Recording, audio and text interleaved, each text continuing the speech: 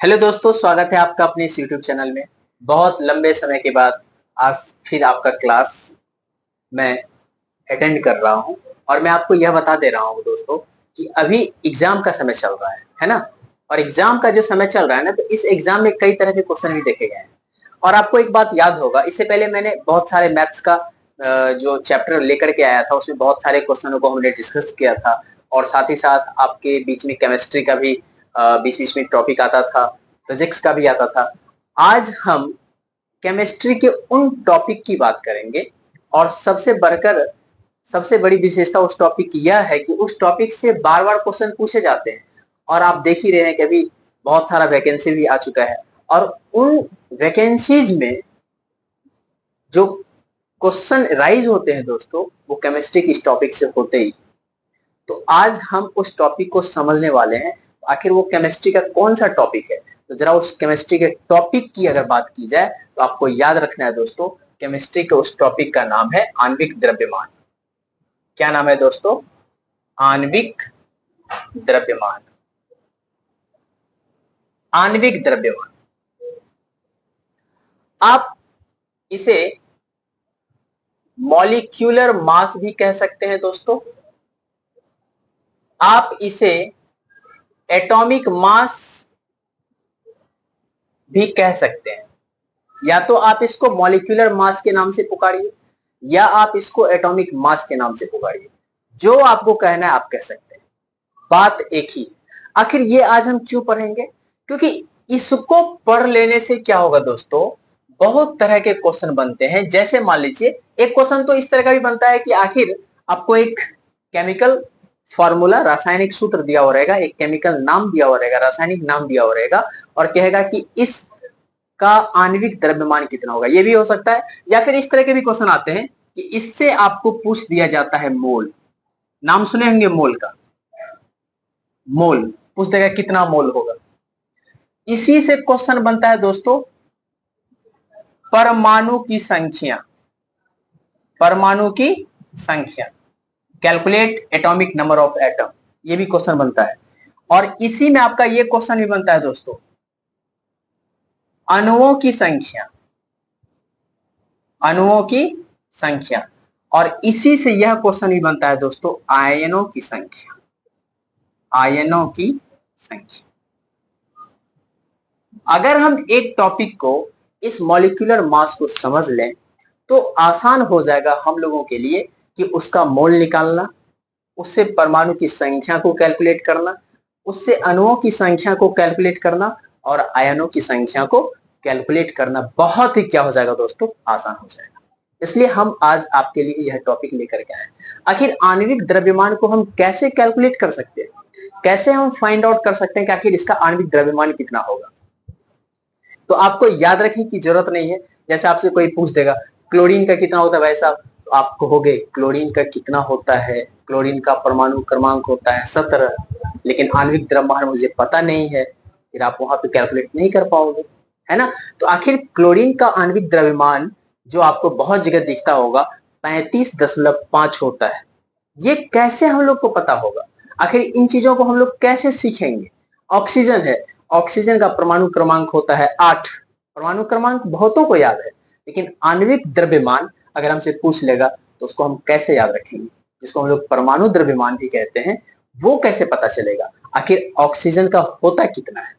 जब तक हम ऑक्सीजन का नहीं जानेंगे, हमसे कोई पूछ लेगा कि बताइए जल का आणविक द्रव्यमान कितना होगा, तो पता चलेगा। अगर हमसे कोई पूछे कैल्शियम कार्बोनेट का आणविक द्रव्यमान बताइए CaCO3 का कितना होगा, अगर कोई कहेगा हमको H2CO3 का आणविक द्रव्यमान बताइए कितना होगा, कोई हमसे पूछ देगा बताइए सोडियम कार्बोनेट का आणविक द्रव्यमान क्या होगा Na2CO3 का।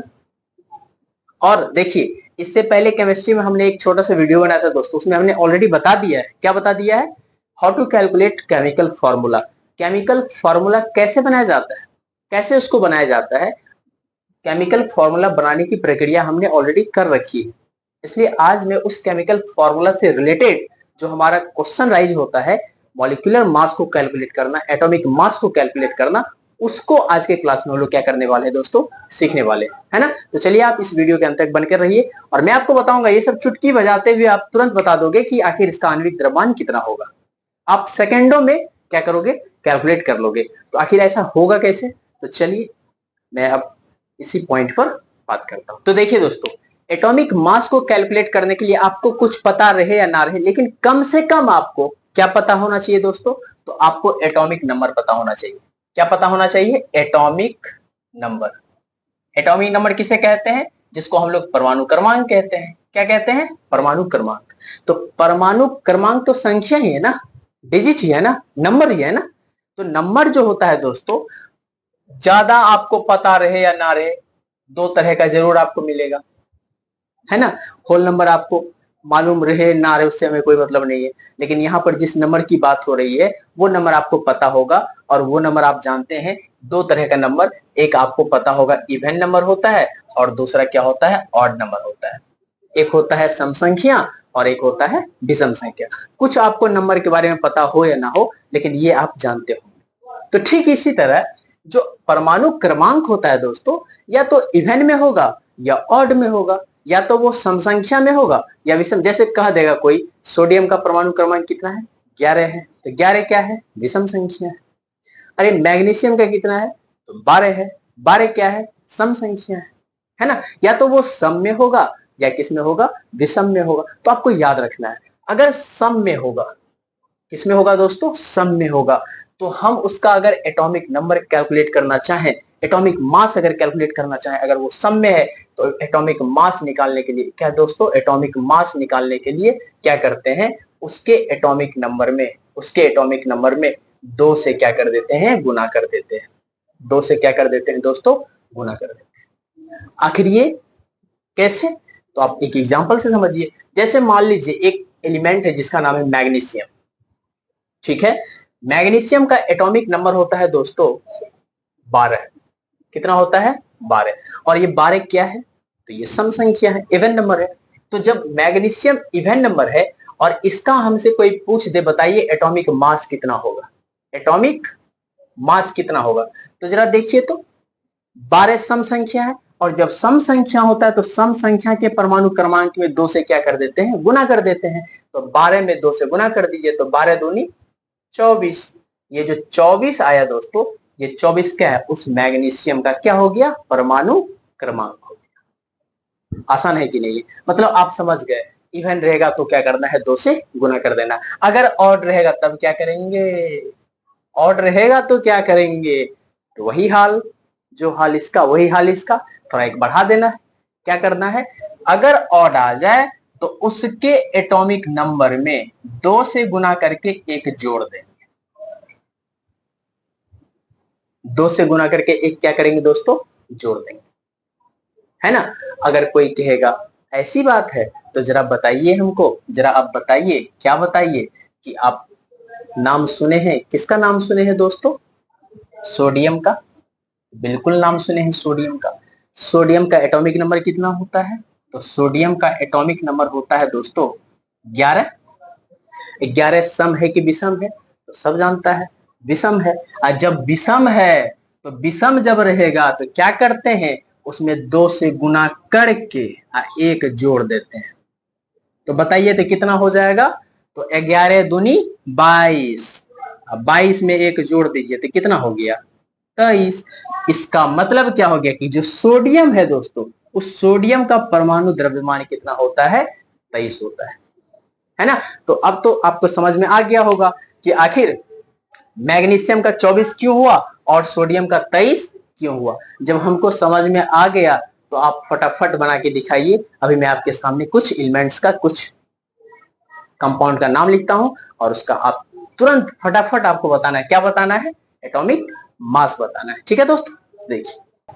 तो देखिए दोस्तों, जैसे मान लीजिए आपके सामने H2O लिखा हुआ है, जैसे मान लीजिए आपके सामने CO2 लिखा हुआ है, जैसे मान लीजिए आपके सामने लिखा हुआ है दोस्तों Na2CO3। ये सब जो कंपाउंड आपको दिख रहा है दोस्तों, इसका हमको बताना है एटॉमिक मास। चलिए फटाफट बनाते हैं। तो देखिए सबसे पहला क्या है? H2O। तो हाइड्रोजन है, आपको याद रखना है हाइड्रोजन एक्सेप्शन में है, और हाइड्रोजन का एटॉमिक नंबर भी एक होता है और हाइड्रोजन का एटॉमिक मास भी एक होता है। आपको ये बात याद रखना है। तो यहाँ पे कितना हाइड्रोजन है दोस्तों? तो 2 हाइड्रोजन है। तो एक हाइड्रोजन का एटॉमिक मास 1, तो 2 हाइड्रोजन का क्या हो जाएगा, 2, तो लिख देंगे 2 प्लस इसके साथ क्या है, ऑक्सीजन भी तो है, ऑक्सीजन, ऑक्सीजन का एटॉमिक नंबर 8, ऑक्सीजन कितने पे आता है, 8 नंबर पे, और 8 सम है कि विषम, तो आपको हो गए सम है, तो सम है तो क्या करते हैं, 2 से गुना कर देते हैं, तो 8 दूनी 16, तो यहाँ 16 लिख देंगे, और 16 में 2 जोड़ देंगे तो हो जाएगा 18। ये हो गया H2O, मतलब जल का एटॉमिक मास कितना हो गया दोस्तों, 18। ठीक है, दूसरा CO2, C means carbon, C means carbon, अब यहाँ पे क्या, CO मतलब कोबाल्टो होता है, अरे बकलोल, CO जो आपको याद रखना है, जब भी 2 कैपिटल लेटर आपको दिख जाए, सी भी कैपिटल में, ओ भी कैपिटल लेटर में, इसका मतलब आपको समझ लेना है कि वहां पे 2 अलग अलग क्या है, एलिमेंट्स हैं। अगर एक कैपिटल में हो दूसरा स्मॉल में हो तो समझ लेना है कि एक ही एलिमेंट्स, ठीक है। तो यहाँ पे सी भी आपका कैपिटल, ओ भी आपका कैपिटल। अरे आपको अगर स्मॉल नजर आ रहा है तो देखिए दोनों तो बराबर है, दोनों की लंबाई बराबर है कि नहीं, जब लंबाई बराबर है तो कैपिटल होगा दोनों, है कि नहीं। तो सी अलग हो गया, ओ अलग हो गया, तो सी का मतलब क्या होता है, कार्बन, कार्बन का एटॉमिक नंबर 6, 6 क्या है, सम संख्या है, तो सम में 2 से गुना कीजिए तो 6 दूनी 12, तो कार्बन का हो गया 12। अब प्लस ऑक्सीजन का भी तुरंत निकाले थे, एक ऑक्सीजन का 16 तो दूगो का 16 दूनी 32, तो 12 में 32 तो जोड़ दीजिए हो गया 44। ठीक है, अब तीसरा देखिए, तो तीसरा आपका क्या है, Na2CO3, तो Na मतलब सोडियम, सोडियम आता कितने नंबर पे है, तो सोडियम आता है 11 नंबर पे, तो 11 नंबर आता है, तो 11 क्या है, विषम संख्या है, तो विषम में 2 से गुना करके 1 जोड़िए तो 11 दूनी 22, 22 1 23, एक सोडियम का 23, यहाँ पे 2 सोडियम तो 23 दूनी 46, है ना। और एक कार्बन का कितना होता है, अभी तुरंत सीखिए 12, एक ऑक्सीजन का होता है 16, तो यहाँ 3 ऑक्सीजन 16 या 48, सबको जोड़ देंगे, 48 12 60, और 60 में 46 जोड़ दीजिए हो गया 100। तो बताइए एटॉमिक मास निकालना आसान हुआ कि नहीं हुआ, बिल्कुल आसान है। जब एटॉमिक मास सीख गए तो हम लोगों के लिए मोल, परमाणुओं की संख्या, अणुओं की संख्या और आपका क्या है, आयनों की संख्या निकालना और भी आसान है ना दोस्तों।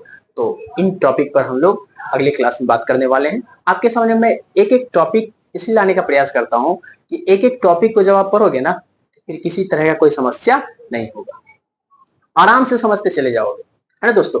पढ़ाई कैसे करो, पढ़ाई उस तरह से करो कि एक बार अगर उन चीजों को हम सीख गए, एक बार अगर हम उस टॉपिक को समझ गए तो दोबारा उस टॉपिक को पढ़ने की जिंदगी में कभी जरूरत ना पड़े, उसको कहते हैं पढ़ाई करना।